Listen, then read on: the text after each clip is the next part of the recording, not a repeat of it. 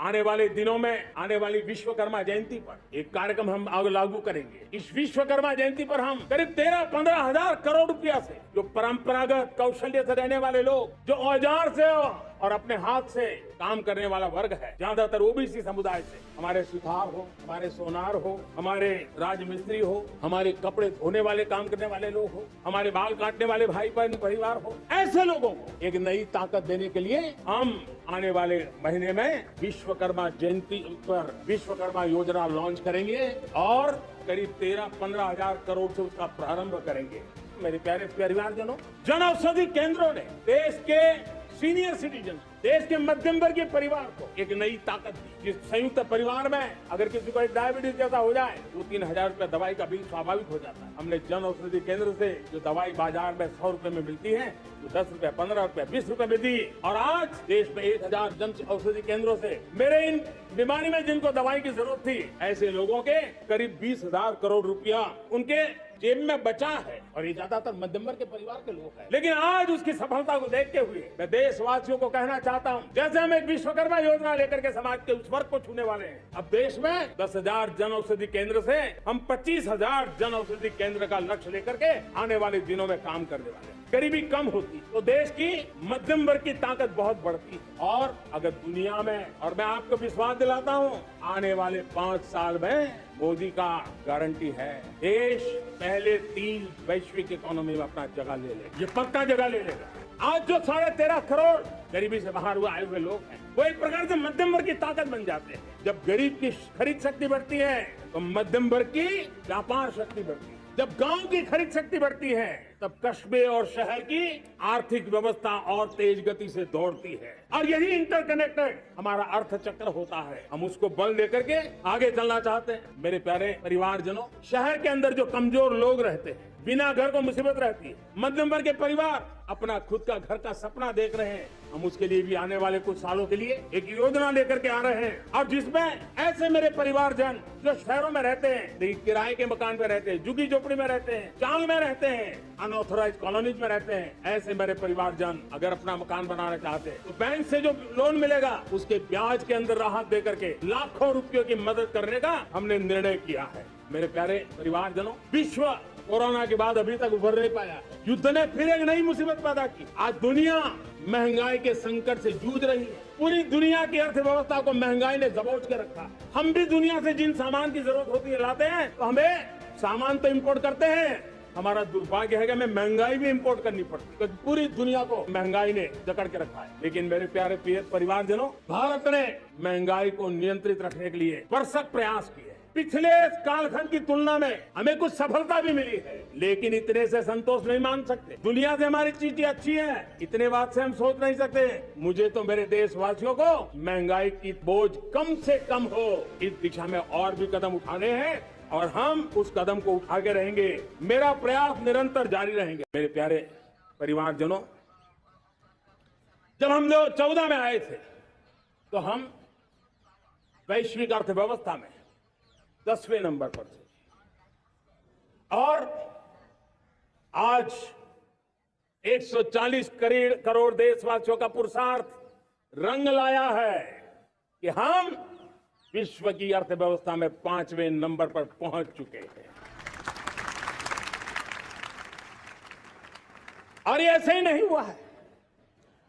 जो एक भ्रष्टाचार का राक्षस देश को दबोचे हुए थे, लाखों करोड़ के घोटाले अर्थव्यवस्था को डामाडोल कर रहे थे, गवर्नेंस फ्रेजाइल फाइल में देश की पहचान होने लगी थी, लीकेजेस को हमने बंद किया, मजबूत अर्थव्यवस्था बनाई, हमने गरीब कल्याण के लिए ज्यादा से ज्यादा धन खर्चने का प्रयास किया। और आज मैं देशवासियों को बताना चाहता हूं कि जब देश आर्थिक रूप से समृद्ध होता है तो सिर्फ तिजोरी नहीं बढ़ती है, देश का सामर्थ्य बढ़ता है, देशवासियों का सामर्थ्य बढ़ता है। और तिजोरी का पाई पाई अगर ईमानदारी से जनता जनार्दन के लिए खर्च करने का संकल्प लेने वाली सरकार हो तो परिणाम के साथ है।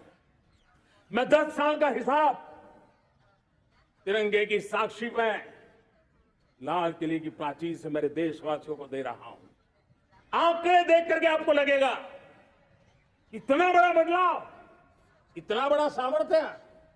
10 साल पहले राज्यों को 30 लाख करोड़ रुपए भारत सरकार की तरफ से जाते थे। पिछले 9 साल में यह आंकड़ा 100 लाख करोड़ पर पहुंचा है। पहले स्थानीय निकाय के विकास के लिए भारत सरकार के खजाने से 70,000 करोड़ रुपया जाता था, आज वो 3 लाख करोड़ से भी ज्यादा जा रहा है।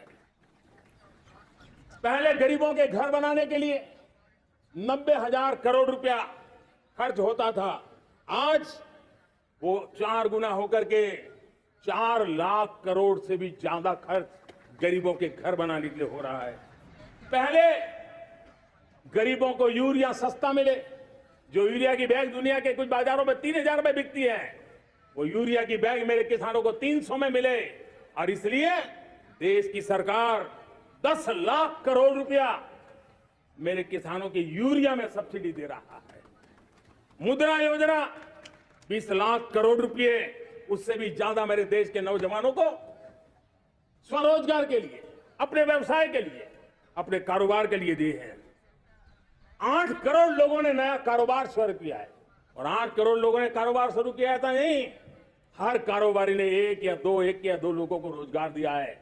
8 से 10 करोड़ नए लोगों को रोजगार देने का सामर्थ्य ये मुद्रा योजना से लाभ लेने वाले 8 करोड़ नागरिकों को करा है। एमएसएमईज को करीब 3.5 लाख करोड़ रुपए की मदद से कोरोना के संकट में भी उनको डूबने नहीं दिया, मरने नहीं दिया, उनको एक ताकत दी है।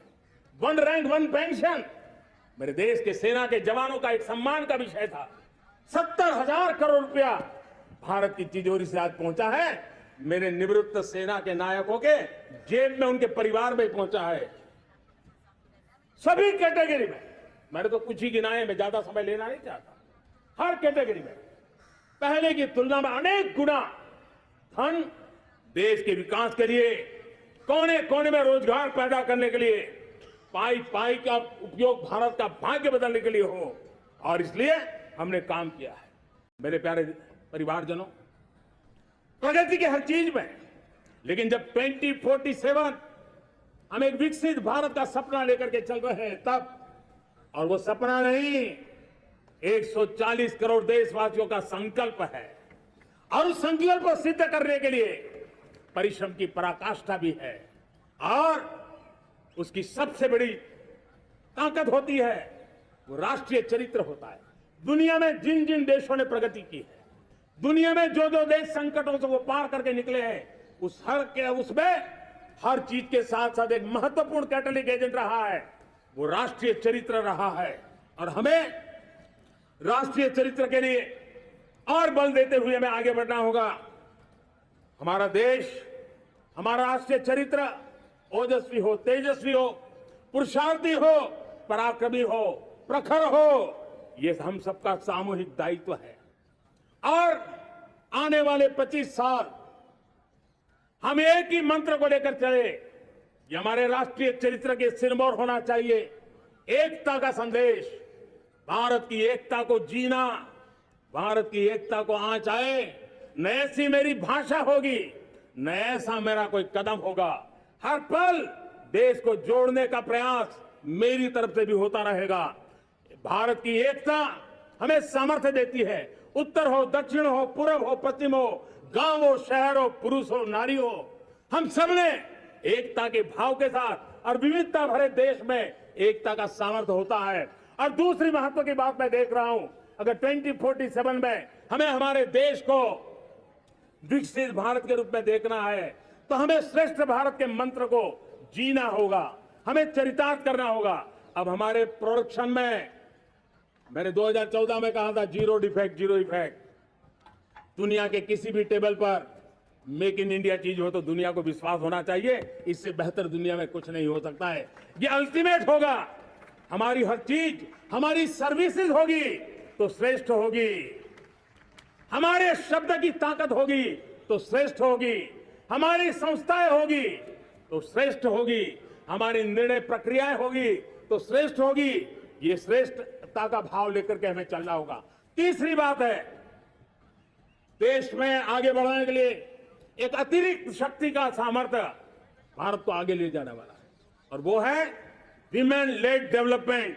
आज भारत गर्व से कह सकता है कि दुनिया में नागरिक उड्डयन में अगर किसी एक देश में सबसे ज्यादा विमेन पायलट है तो मेरे देश में है।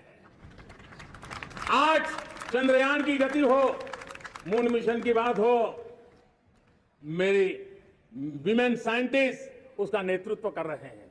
आज विमेन सेल्फ हेल्प ग्रुप हो, मेरी 2 करोड़ लखपति दीदी का लक्ष्य लेकर के आज विमेन सेल्फ हेल्प ग्रुप पे हम काम कर रहे हैं। हम हमारी नारी शक्ति के सामर्थ्य को बढ़ावा देते हुए विमेन लेड डेवलपमेंट के, और जब G20 में मैंने विमेन लेड डेवलपमेंट के विषय को आगे बढ़ाया है तो पूरा G20 समूह इसके महत्व को स्वीकार कर रहा है।